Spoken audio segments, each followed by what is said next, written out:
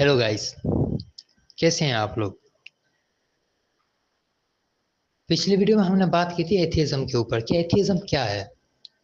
आज हम बात करेंगे एथियज्म से कुछ रिलेटेड टॉपिक के ऊपर, पर सबको साथ लेके चलेंगे, इसलिए थोड़ा एथियज्म को जानते हैं, फिर हम आगे लेके चलेंगे। एथियज्म ये एक ऐसी सोच है जो कहती है देयर इज नो गॉड, यहाँ पर कोई खुदा नहीं।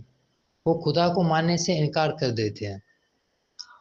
अब सीधी बात है, जब उन्होंने खुदा को मानने से इनकार कर दिया तो वो खुदा से रिलेटेड किसी भी चीज को नहीं मानते। एक स्ट्रॉन्ग एथियस्ट ना किसी रिलीजन को मानता है, ना किसी रिलीजियस मोरल को मानता है, और ना वो खुदा को मानता है। वो कहते हैं ये रिलीजन, ये मोरल, ये खुदा, ये तो इंसान के बनाए हुए हैं। अब हम बात करेंगे इसके बिल्कुल अपोजिट, थियज्म के ऊपर। थियज्म एक ऐसी सोच है जो कहती है कि खुदा तो है, इसमें कोई शक नहीं। इतनी बड़ी दुनिया को चलाने वाला कोई तो होगा। जैसे एक फैमिली को चलाने के लिए किसी का होना जरूरी है, वैसे ही इतनी बड़ी कायनात को चलाने के लिए खुदा का होना भी उतना ही जरूरी है। वो कहते हैं रिलीजन ने ही कायदे कानून बनाए हैं, रिलीजन ने ही रूल बनाए हैं। अगर रूल ना होते तो इंसान इंसान का सोचता ही नहीं इस दुनिया में। इसलिए वो कहते हैं खुदा का होना उतना ही जरूरी है जितना घर के लिए किसी का होना जरूरी है, उस घर को चलाने के लिए। पर ये अपनी बात प्रूव नहीं कर पाते, क्योंकि किसी भी तर्क को तर्कहीन किया जा सकता है, पर थोड़ी सी बुद्धि की जरूरत होती है। ये अपनी बात साइंस और फैक्ट से नहीं समझा पाते। अब हम बात करेंगे एक ऐसी सोच के ऊपर जो एथिज्म और थियज्म दोनों को बीच में पकड़ बैठी है। एग्नोस्टिज्म। एग्नोस्टिज्म ये एक ऐसी सोच है जो ब्रिज का काम करती है एथिज्म और थियज्म के बीच में। एग्नोस्टिक एक ऐसी विचारधारा जो ये कहती है कि हम नहीं जानते खुदा है या नहीं है। ना वो खुदा के होने का दावा करते हैं, और ना वो ये कहते हैं कि खुदा नहीं है। वो कहते हैं हमें नहीं पता, हो भी सकता है, खुदा नहीं भी हो सकता। ये एक बीच का रास्ता है। वो कहते हैं कि ये कभी हम जान ही नहीं सकते कि खुदा है या नहीं है, क्योंकि ये सवाल बहुत बड़ा है और इसका कोई सीधा जवाब होगा नहीं। अगर तुम कोई सवाल का जवाब लिखो और तुम सबसे ये कहते फिरो कि ये जवाब सही है या गलत है, और कोई तुम्हें इस सवाल का जवाब ना दे, तो तुम डिसाइड नहीं कर पाओगे कि वो जवाब सही है या गलत है। ऐसे ही एग्नोस्टिक कहते हैं कि हम भी सबसे यही पूछते हैं कि खुदा है या नहीं है, कोई हमें ये प्रूव नहीं कर पाता, तो इसलिए हम डिसाइड नहीं कर पाते कि खुदा है या नहीं है। ऐसा भी नहीं है कि वो कंफ्यूजन में है। वो एक फ्री माइंडेड है, ओपन माइंडेड।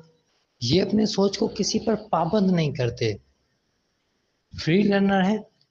यूं भी कह सकते हैं कि एग्नोस्टिक ट्रुथ की तलाश में। थॉमस हक्सले नाम से एक फिलोसोफर था जो चार्ल्स डार्विन की थ्योरी से प्रभावित था, जिसने सबसे पहले ये वर्ड इस्तेमाल किया था, एग्नोस्टिज्म। ये सोच बड़ी पुरानी है और इस मॉडर्न दौर में भी सोच को अच्छी सोच माना जाता है, क्योंकि ये क्वेश्चन करवाती है, ब्लाइंड बिलीव नहीं करवाती। डीइज्म, या हमारी आज की वीडियो का ये लास्ट टॉपिक होने वाला है। ये डीइज्म कहता है कि खुदा है, वो खुदा को मानते हैं और वो खुदा की इबादत नहीं करते। ये कहते हैं खुदा तो है, पर जैसा तुम समझते हो वैसा खुदा नहीं है। डीस्ट कहते हैं कि खुदा ने ये दुनिया बनाई है, पर वो रेगुलर एक्टिविटीज में वो इंटरफेयर नहीं करता। उसने दुनिया एक रूल के साथ बनाई है, एक कानून के साथ बनाई है, जैसे ग्रेविटी, स्पेस टाइम। खुदा डायरेक्टली इन्वॉल्व नहीं है रेगुलर एक्टिविटीज में। खुदा ने ये दुनिया क्रिएट की है, पर वो कंट्रोल नहीं करता इस दुनिया को। थीस्ट कहते हैं खुदा को समझने के लिए रिलीजन की जरूरत नहीं है। वो कहते हैं रिलीजन के बेस पर तुम खुदा को समझ रहे हो, समझने की कोशिश कर रहे हो, ये अच्छी बात नहीं है, क्योंकि रिलीजन तो इंसान ने बनाए है। तुम खुदा को नेचर से समझो, साइंस से समझो, या फैक्ट से समझो। सपोज करो तुम एक ऐसा रोबोट बनाओ जो अपने आप को भी अपडेट करता है, साथ में वो नए रोबोट भी बनाता रहे। तुम उस रोबोट में आज की दुनिया के सारे सॉफ्टवेयर इंस्टॉल कर दो, ताकि उसको किसी भी चीज़ की अगर नीड हो तो वो अपनी नीड फुलफिल करता रहे, और साथ में जो दूसरे रोबोट हैं उनको भी वो डेटा ट्रांसफर करता रहे। कुल दे दे के उसको तुम्हारी कभी ज़रूरत ना पड़े। अगर वो खराब भी होते हैं तो सारे इकट्ठे मिलकर अपने आप को वापस सब बैलेंस कर लें। जब तुम ऐसा करोगे तो कुछ टाइम के बाद जब तुम जाओगे ना उनके पास, वो तुम्हें पहचानेंगे नहीं कि तुम कौन हो।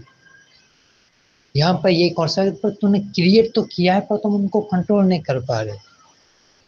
तुम कंट्रोल भी उनको करना चाहोगे, तुम कंट्रोल नहीं कर सकते उनको, क्योंकि तुमने उसको सारी वो इंस्टॉल दे रखी है, वो सारी रीजनिंग, वो सारे लॉजिक, और लॉजिक के और रीजनिंग के बेस पे वो तुम्हारे हाथ से कंट्रोल छुड़ा भी सकते हैं। डीज़म भी यही कहता है कि खुदा तुमको कंट्रोल नहीं करता,